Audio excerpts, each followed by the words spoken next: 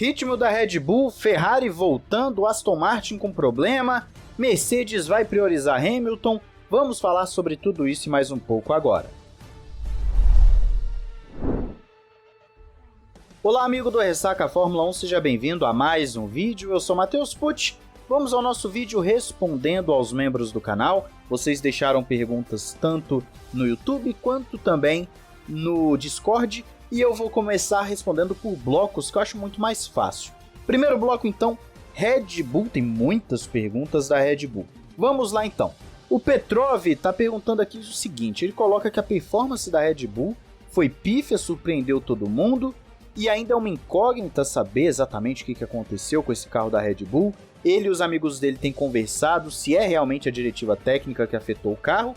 E a questão é plausível considerar que essa diretiva gerou um efeito considerável no equilíbrio do carro, embora as mudanças no assoalho tenham dificultado a configuração?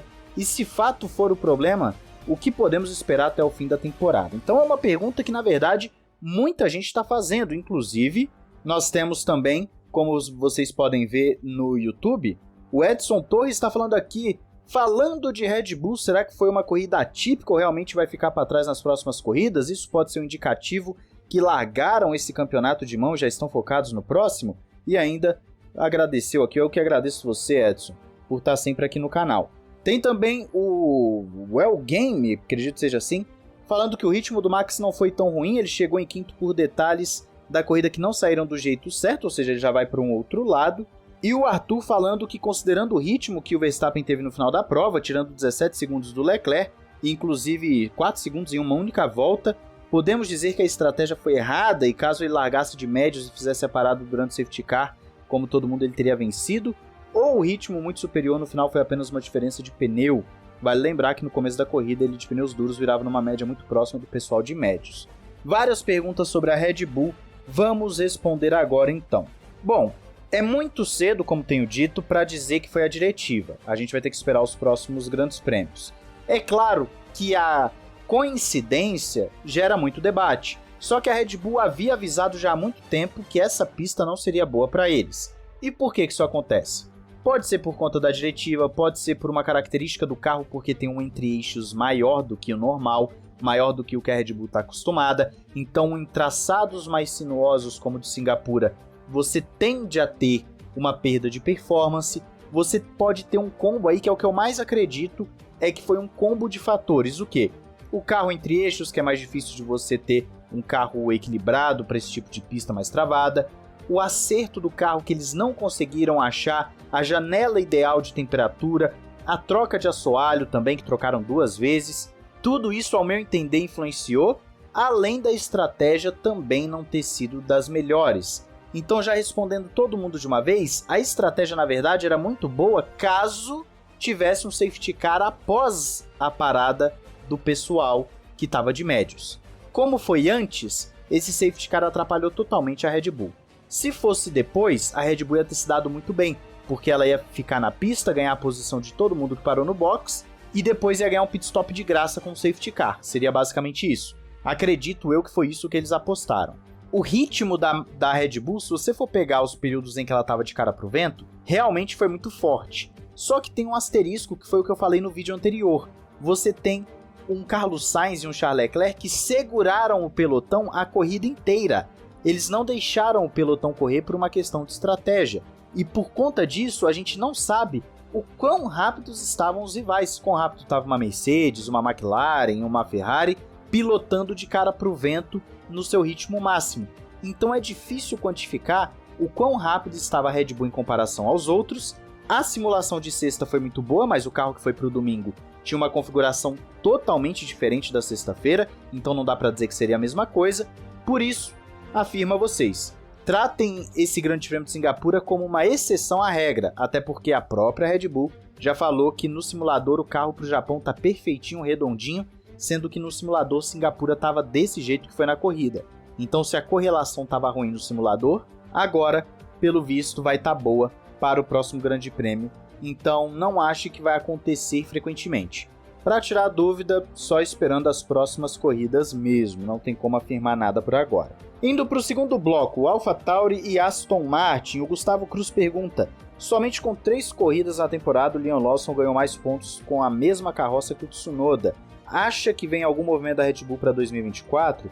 Lawson Tsunoda ou Lawson Ricardo? E depois ele já emenda: o que pode explicar o desempenho da Aston Martin está decaindo ao passar as corridas, tomando susto até mesmo das Alpines. O Fernando Xavier está perguntando: Matheus, primeiramente feliz por saber que você e sua mãe estão bem, muito obrigado, Fernando.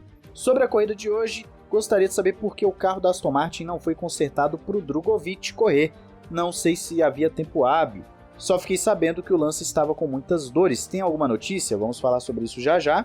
Então é o seguinte, falando primeiro sobre a AlphaTauri do Liam Lawson. Sim, ele está andando melhor do que o esperado, ele está apresentando uma performance melhor que o esperado. Não vou dizer que é um gênio em ascensão, nem nada assim, mas está surpreendendo.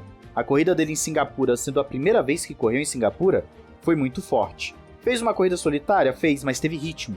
E é isso que importa, fez um bom quali, foi pro Q3, teve ritmo de corrida, marcou pontos, isso é importantíssimo. Acredito que a Red Bull vai sim fazer algum movimento. O Ricardo é um grande candidato a ficar de fora, já que ele é uma grande incógnita, ele tá voltando agora, aí machucou, vem de 2 temporadas ruins, o Tsunoda é um cara que tá em ascensão, essa temporada ele até tava indo bem também, então fica difícil para a Red Bull escolher o seu piloto. Acredito que o Lawson vai ficar para 24 sim, pelo menos a primeira impressão que ele está passando é excelente. Quanto a Aston Martin, o que explica essa queda é, primeiro, eles tentaram atacar os pontos fracos do carro, coisa confirmada pela equipe, e os upgrades acabaram gerando um carro completamente diferente do que eles esperavam. O equilíbrio ficou diferente, já não consegue mais ter o gerenciamento de pneus que tinha antes, e existe a tal conversa de que a diretiva, que quando foi colocada, vamos dizer, de forma não oficial lá no Canadá, afetou muito a Aston Martin. Então essa seria a queda de performance da Aston Martin, esse combo. Eles não conseguiram evoluir o carro do jeito que gostariam. E sobre o Drugovich, na verdade existem 2 motivos para ele não ter corrido. O primeiro e principal é que, como ele não participou de uma sessão ali durante o final de semana, ele não pode correr no domingo. Então, a partir do momento que o Stroll entrou no quali, acabou. Não existe mais a chance de ser substituído. O segundo motivo é, a princípio, pelo que falam, o reserva imediato seria o Vandoorne e não o Drugovich. Eu sei que existe muita expectativa do pessoal com o Drugovich, mas, a princípio, o Vandoorne seria o cara que entraria e não o Drugo. Pelo menos é o que dizem aí o pessoal que está acompanhando mais de perto a Fórmula 1 lá no paddock e tudo mais, ok? Por último, vamos encerrar com Ferrari. O Petrov também aqui mandando o que pode explicar a ascensão rápida da Ferrari. Acreditávamos que fosse um mero esforço extra para a corrida de casa, até dito por você, inclusive, verdade. Mas a boa impressão se manteve em Marina Bay, Ferrari is back.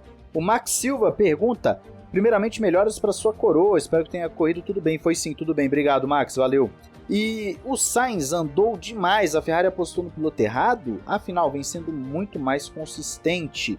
O Roberto Reis, eu torço para a diretiva ter afetado a Red Bull. Se isso acontecer, você acha que a Ferrari pode vencer mais corridas? Então vamos lá, respondendo o pessoal. Primeiro sobre o Sainz. Olha, não é de hoje que eu falo que ele é um bom piloto, um cara que tem excelente visão de corrida, não é tão rápido em velocidade pura quanto o Leclerc, mas compensa isso com inteligência, com constância, é um piloto mais confiável. Não vou dizer que apostou no piloto errado, porque a Ferrari tem 2 bons pilotos para estar investindo.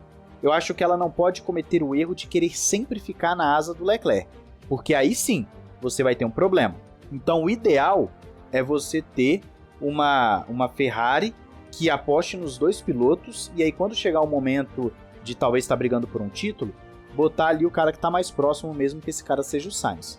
Ela tem que ser o melhor para a equipe e não negligenciar o Sainz em prol do Leclerc, sendo que o Leclerc não está entregando sempre aquilo que é esperado dele, ok?